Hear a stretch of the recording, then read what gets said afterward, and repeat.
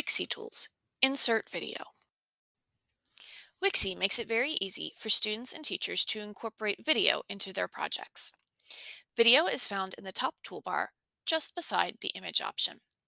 Select video, and students have the option to record a video directly from their webcam on their device or to upload files existing in their already on their computer.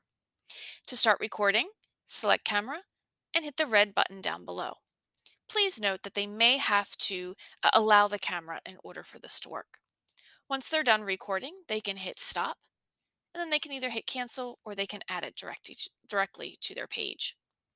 When they select add, it will bring in the video.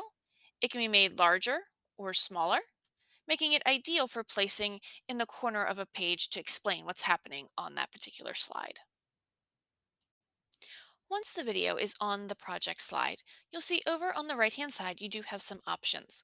You can of course play it right here from the slide itself.